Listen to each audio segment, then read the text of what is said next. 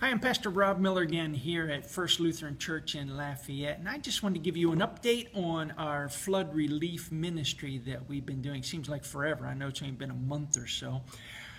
I want to let you know that last Saturday, the council and I went over and adopted the Glade neighborhood and handed out $50 gift cards to those who were in the neighborhood. The experience was awesome. One of our leaders said that she was afraid to go. She didn't want to go. She was going to cancel out at the last minute, but she was so glad she came, she said, because it was so much fun sharing the love of Jesus with others, and that's what we're all about.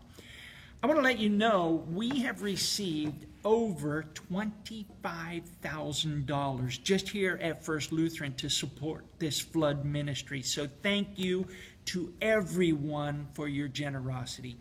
We have distributed somewhere around $12,000. This Saturday, the council has invited anyone in the congregation to go with them and continue handing out gift cards. So that's going to happen this Saturday. Other people have been calling in saying, are we still taking donations? If you are interested in sending us a financial gift, we will give that out as long as those monies continue to come in. So thank you, thank you, thank you.